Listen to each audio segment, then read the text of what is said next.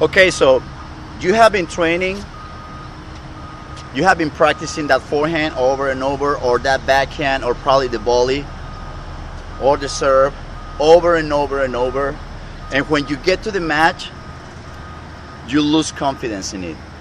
You go to the lesson or practice, and you go swinging and swinging and swinging, and you hit that ball beautiful. And the moment you get to the match, you go back to the slice, or you go back to pushing that ball. I want to talk about the importance of trusting your body. When there is something that you're changing in your game, you know, you have to assume that there is a period of time where things are not going to work out. When you're making changes, you're making those adjustments, you cannot expect to go out there and just swing and everything is going to go in, okay? So before you play, guys, that's why you go out and play matches with friends, tie breaks and stuff, where you can swing, where you can use that swing, where you can practice that ground strokes that you've been training for a while. And in your head, you have to say, even before starting, I know there are gonna be shots. I have no expectations. My expectations is, if I just learn the swing to get that ball all the way around, swinging all the way around, my expectations are not, I have to make that shot. I have to make each and every shot. My expectation is, I have to swing it. Even if I miss it, I have to stick to the plan. I have to stick to this new thing that I'm doing. So you practice that shot. I miss it, don't worry. You have to understand one thing. In your game, training or playing, guys, you cannot focus on external factors. The result, making the shot, is an external factor. That is not gonna work all the time. So what you wanna do is, you have to focus on your swing. You have to focus what happens inside your bubble. Sorry about the noise, guys, by the way, construction going on next door. But you have to focus what happens inside your bubble. You have to focus what happens in here, okay? Many times I tell my students, tennis is like math. Repeat over and over and over and over. If you have an equation that requires 5 steps to solve it, and you get to the third one, and you don't, and you did something wrong, or you finish it and you did something wrong, what do? We don't quit. We go back and start over, and we do another one, and we do another one, and we do another one, and we do the same thing in tennis, guys. We swing it, okay. Swing that backhand, swing that backhand. Here we go, brushing. If you learn that brush, you learn the snap, whatever it is, doing it over and over. Trust your body, head still at contact. You have to trust your body, and you have to stop from thinking too much when you see that ball coming. You just gotta assume and say, you know what? You gotta understand one thing. The body is like a little baby.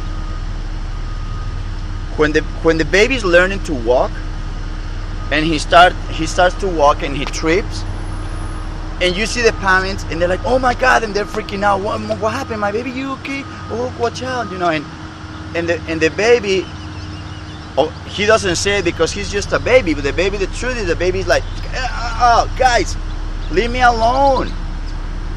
I'm good. I'm getting up and trying again. And he trips again, and the parents are freaking out, and the baby's like, I'm fine.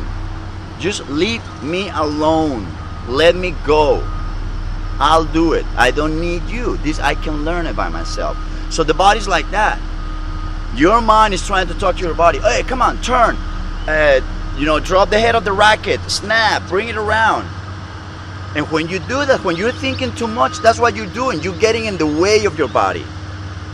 You have to you gotta focus on the trajectory of the ball. Focus on the bouncing tool. Bounce and go. Ready and go. So that way I'm focusing on a different thing, and my body's focusing on doing its part. You have to get out of the way, guys. You have to let go of control. You have to let your body work freely. And when you do that, when we see like good matches on TV and they say this guy he's playing out of his mind, that's what's happening. The player is in the zone. He's in that moment where there is no communication, there is no interference, there is nothing between your mind and your body. Your mind is doing its part, which is just telling you pretty much be ready of two things. Keep your eyes on the ball, which means you see the ball coming, you want to see the trajectory, use the bouncing tool, or thing to stay focused on that. Ready and go. Keep your head still after contact, looking at the background for a split second. So it's your eyes, and the other part is your feet. Just move your feet. Just get in position. That's it. Just move your feet, the footwork part, and your eyes. Okay? Of course, the footwork part is part of the body, but when I say it's that your mind is in charge of your eyes and your feet, that means the awareness. Like move, go, react quickly. Those are the two things that your mind is gonna be working on. And the rest, you unplug it and you let your body just work naturally, guys. Ready and go, ready and go, ready and go. And then where it goes, okay, ready and go, and where it goes, and you look and you practice your ground stroke, guys. You practice whatever you did in that way, focus in your bubble. If you are capable of unplugging your mind from your excessive communication from your body, that's when your shots are gonna start happening. That's when gonna start hitting good. So all that interference has to go.